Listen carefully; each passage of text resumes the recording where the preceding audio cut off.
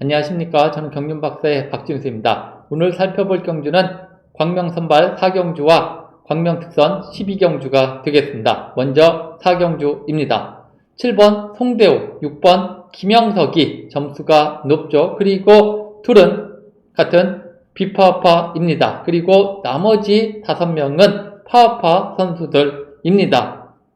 그런데 파파 선수들 기량이 특출나지가 못하죠. 반면 송대우와 김영석은 자력이 가능한 선수이고 또 운영도 좋죠. 더욱이 1번 김성진이 송대우하고는 같은 군장대 출신으로서 선행력이 좋습니다. 그리고 김성진 입장에서는 여기서 파파 선수들과 뭘 해보겠다 이런 생각보다는 평소 스타일상 송대우를 인정할 가능성이 높아 보입니다. 따라서 초주 줄서기는 송대우 뒤에 김영석이 위치하고 송대우 앞에 김성진이 위치하면 김성진 앞은 호남 선배인 김광록이 위치할 수 있겠습니다. 그리고는 송대우와 김영석은 지난 1월 16일 광명 1호경주에서 한 차례 동반 입상이 있습니다. 당시에 송대우가 이재봉을 뒤에 붙이고 젖히기 우승을 차지했고 김영석은 이재봉을 상대로 몸싸움으로 밀어낸 후 송대우 마크 2착을 했습니다. 송대우가 당시에는 힘을 많이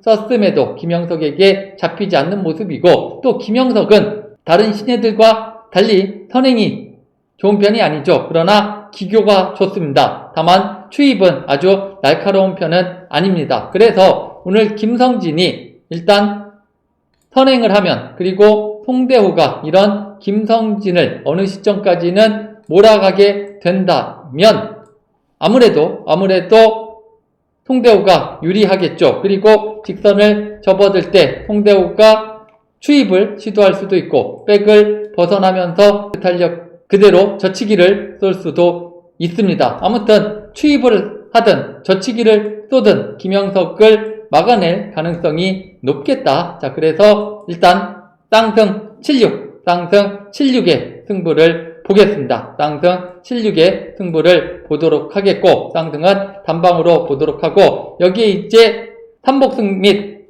3쌍승 공략을 한다면 변수가 조금 쌍승보다는 나올 수 있지만 그래도 두 방으로 우열을 가릴 때는 김성진이 송대우의 추입을 유도하면서 버티는 761 그리고 김성진이 송대우에게 젖히기를 막거나 아니면 크게 추입을 허용한다면 김광록이 내선에서 기회를 엿보다가 직선을 뚫고 나오는 765, 761, 765 순으로 결정을 해볼 수 있겠고 다시 한번 쌍승은 76 단방으로 강조해 보겠습니다. 두 번째로 살펴볼 경주는 광명 12경주입니다. 이번 주 특선급은 스포츠 조선배 대상경륜이 열립니다. 그런데 대상경륜이 맞나 싶을 만큼 선수 면면이 약합니다. 그나마 이번 12경주가 재밌다면 재밌을 편성인 것 같기 때문에 설명을 드려보겠습니다. 1번 전원규, 3번 황승호, 그리고 7번 김범수가 종합득점이 100점대이죠. 그 중에서도 황승호가 점수가 근소하게 가장 높고 또 전원규, 김주호 동서울팀이고 황승호, 김용규, 김포팀이고 박준성, 김영수, 김범수는 태종팀입니다.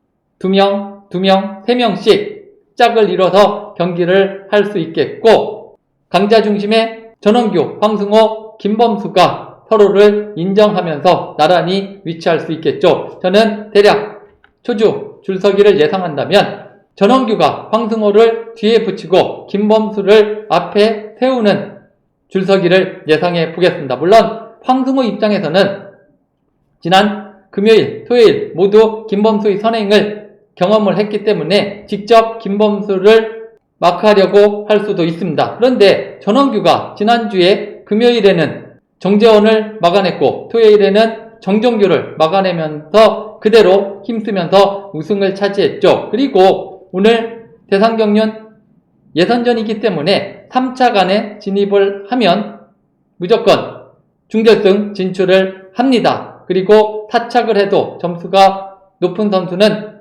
2명 올라갈 수가 있죠. 그렇기 때문에 황승호가 김범수보다는 전원규를 인정하지 않을까. 자, 그러면 김범수는 김영수, 박준성 태정팀 선수들을 앞에 세울 수 있죠. 그리고는 이들을 활용할 수도 있는데, 제가 김범수를 보니까 지금까지 특성급에서 단 한 차례도 젖히기가 없었습니다. 선행 아니면 추입입니다. 예전에 박준성을 만났을 때도 선행을 했었습니다. 자, 그렇기 때문에 저는 일단 김범수가 선행을 한다고 보겠고, 전원규 그리고 황승호가 그 뒤를 밟는다고 보겠습니다. 그러면 황승호 뒤는 같은 김포팀인 김용규가 따라붙을 수 있고, 김조은은 박준성을 대신해서 초주 선행에 그대로 있을 수도 있고, 자리 이동이 생기면 제일 뒤로 밀릴 수도 있습니다. 그리고는 역시 김범수가 선행을 하면 시속이 비교적 빠르죠. 그렇기 때문에 전원규도 계속해서 김범수를 몰아갈 수 있겠고, 다만 김범수가 선행을 했을 때는 3착 승부가 꽤 많다. 그렇기 때문에 전원규, 황승호가 나란히 결승선을 통과할 수 있지 않을까. 자, 그리고 저는 만일 황승호가 직접 김범수를 추주하고 전원규가 황승호 뒤를 추주한다 하더라도, 즉 황승호와 전원규의 위치가 바뀐다 하더라도 지금 다리 자체는 전원규가 더 좋죠. 그리고 추입도 굉장히 날카롭기 때문에 결승선 앞에서 황승호를 잡을 수도 있을 것 같고, 아무튼 결론을 내린다면 가장 기본은 쌍승 1-3, 3-1이 됐길 팔릴지 1-3이 됐길 팔릴지는 모르겠지만, 저는 거의 맞배당 팔릴 상황에서 쌍승 1-3을 먼저 추천해 보겠습니다. 그런데 태종팀 선수들이 3명 포진해 있기 때문에 김범수가 오늘 무작정 선행을 안 할 수도 있죠. 이때는 박준성이 그대로 초주 선행에서 시속을 올릴 수 있습니다. 그리고 김영수는 이런 박준성을 상대로 백을 벗어나면서 젖히기를 시도할 수 있고, 이때는 또 김범수도 앞서 말씀을 드렸듯이 선행 아니면 추입입니다. 젖히기가 없기 때문에 오늘 박준성, 김영수를 활용하면서 타이밍을 최대한 늦춰 나갈 수가 있겠죠. 그러면 김영수가 젖히면서 김범수에게 탄력을 붙여줬을 때는 김범수가 그대로 직선에서 해볼만 하지 않나. 그리고 김범수 지난 1호 경주 때도 추입을 하는 모습을 봤을 때 상당히 날카롭죠. 선행이 좋기는 하지만, 거의 대부분 선행을 하지만 추입을 할 때는 결코 강자들에게 밀리지 않는 추입력을 저는 보유했다 보여지고, 그렇기 때문에 김범수가 최대한 짧게 간다면 전원규, 황승호, 전원규, 즉 전원규가 김범수 따라가는 그림을 먼저 보되 황승호가 김범수를 따라갈 수도 있다 말씀을 드리기도 했었죠. 아무튼 김범수가 전원규든 황승호든 전원규든 누구를 뒤에 붙이든 간에 최대한 승부 타이밍을 늦춰서 추입을 한다면 해볼만 하다. 그래서